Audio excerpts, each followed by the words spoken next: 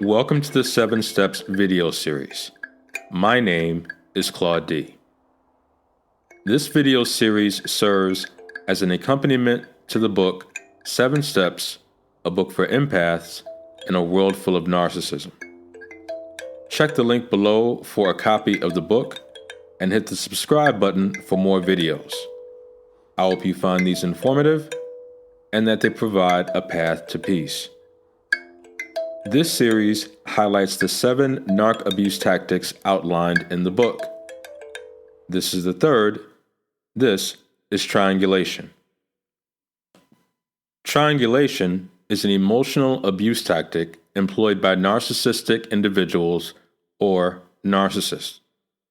Here, a narcissist will use a third party to control the communication or narrative between them and someone else. Another type of triangulation is known as splitting, where a narcissist will attempt to control the communication or narrative between two individuals or groups of individuals. Like many abuse tactics, it is designed to establish power or control in relationships. All narc abuse tactics are designed to achieve what is called narcissistic supply, often defined as extreme praise or pity, which means that a narcissist gets a high from a feeling of winning or destroying their victim, and sometimes from appearing to be the victim themselves. Whereas gaslighting is a narcissist's attempt to direct the narrative in front of you, triangulation and splitting are attempts to direct that narrative to others. A narcissist triangulates because, just like a triangle, they believe that when there is conflict, there will be 3 sides: your side of the story, their side of the story, and a side for others that is left up for grabs depending on who gets to them first. Triangulation is how a narcissist gets to them first. Narcs can achieve even more supply by faking genuine and supportive interest in their victims solely for the purpose of delivering skewed narratives about them to others. Narcissists prey on the naivete of their victims and enjoy having their victims deliver to them the same information they will use against them when they want supply or when they want supply cut off to someone else. Remember, narcs choose abuse tactics because they do not have the tools it takes to negotiate or to resolve conflict, especially not directly. They do not reflect, and so they do not meet conflict with a sense of groundedness. Pulling someone else in the middle of their conflicts is how they avoid being exposed for not having this skill. As well, playing to a particular party in the middle of conflicts are how they use conflicts between others to get supply rather than be exposed for not offering any solutions. Narcs are very agenda-based people, and so when there is conflict between two people, the first thing a narc is concerned about is where their supply will come from, and they will tend to take a side with the person giving them the most supply at the time. And when they feel there is conflict between them and someone else, they will quickly seek another source or individual for supply, sometimes while they are discarding their victim. And it's even more valuable supply to them if they can get this new source of supply to not give any attention to the person they have conflict with. Triangulation and splitting become the first line of defense against feelings of not being a favorite, or feelings of shame and embarrassment, feelings that a narcissist is not comfortable with. Triangulation as an abuse happens often, especially in family relationships. Consider the child that is brought up to be the splitter between two parents that are in conflict, or the parent that attempts to control the narrative between a child and the other parent once there is a separation or divorce. But triangulation can also happen in friendships, romantic relationships, and work dynamics, particularly where it is easy for a narcissist to control or limit the communication between the two parties. In other cases, where limiting the narrative is not enough, narcissists employ a smear campaign against their victims, designed to entice third parties into not even pursuing their victims for another perspective. If you think that someone is using triangulation or splitting against you, then I would invite you first to do what a narcissistic individual cannot do: reflect. When you reflect, first and foremost, breathe. Now, what is your breathing pattern? Is it a pattern of stress? Is it a pattern of relaxation?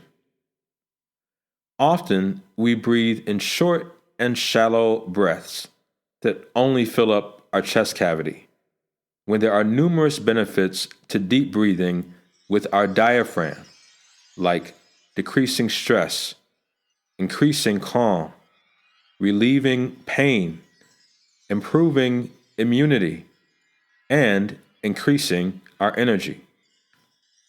Meditation is a place where we make our breathing more diaphragmatic. This is when you employ breathing like you are filling up a pitcher.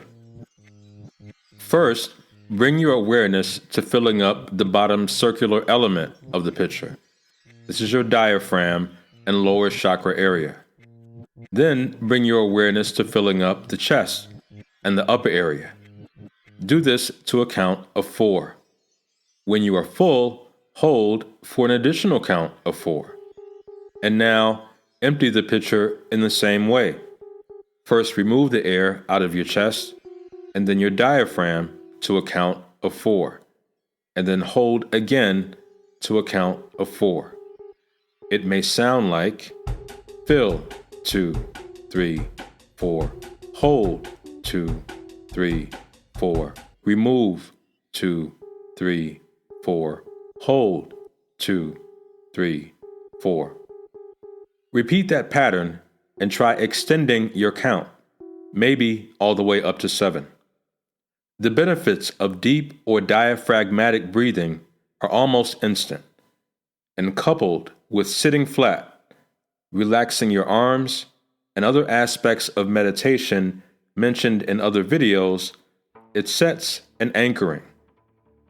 When you are anchored, you are not easily pulled in any direction.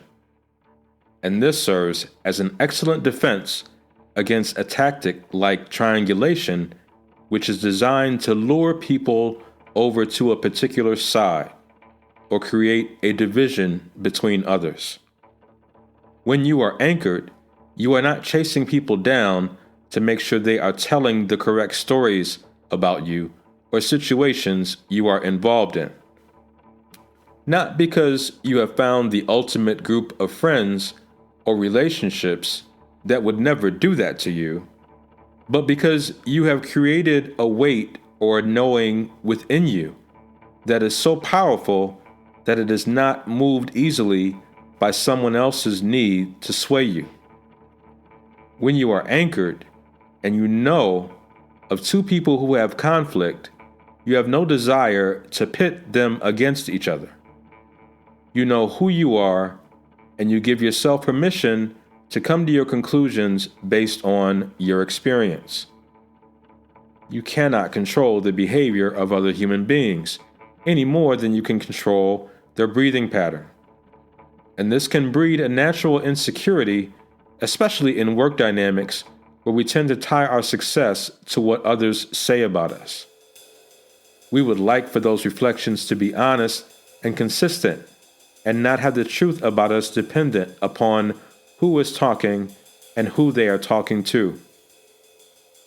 But when we notice narcissistic individuals using triangulation to establish narratives about others, we learn that there are people who have no anchoring in anything internal. They are at the constant mercy of wherever or whomever their desired supply is coming from. They cannot be honest, and they cannot be consistent because they are not anchored in the reality of who they are. Instead, they are anchored and have greater security in the potential of what they can get and the fear of what they might lose. Meditation is mental fitness, and so it is the perfect opportunity to return to who we are just by bringing our awareness to how much power we give to others or external sources. Meditation is not the sound of others affirming you. And so in a moment of conflict, if your desire leans to finding out how outsiders see you in the conflict, then meditation will point this out to you. Meditation is not the sound of you deciding for others how they should be affirmed for others. And so when you hear of a conflict, if your desire leans to creating how one is perceived for selfish reasons, then meditation will point this out to you. This is because triangulation is a burdensome practice, and it does not bring peace like meditation.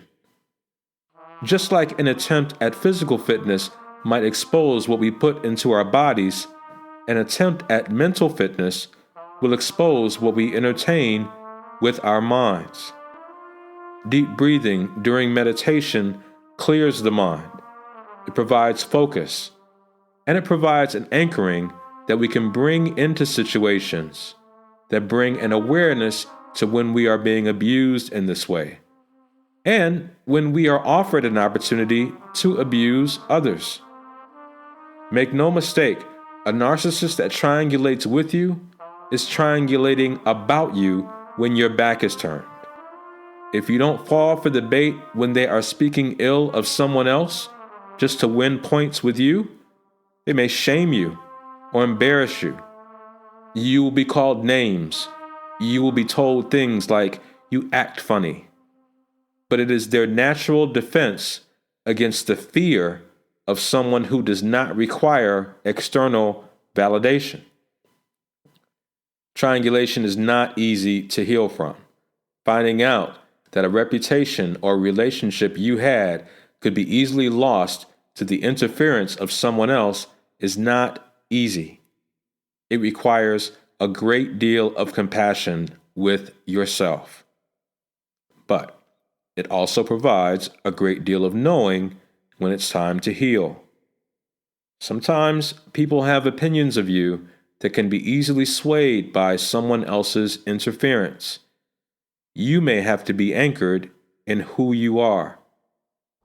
Sometimes you may be tempted to chase after words and intentions because you know others will twist and manipulate them for their own intentions. You may have to be anchored in who you are. Therefore, your reflection is key. Your ability to know when you are being pulled in any direction will determine how anchored you are. Your ability to be authentic about what is bringing noise into your life will bring you closer to peace. Good day. Thank you for watching and listening. If you found the content informative, please let me know by clicking the thumbs up button. And you can hit the subscribe button to know when more videos are available. Check the description below to get access to the book 7 Steps, a book for empaths in a world full of narcissism, as well as other resources.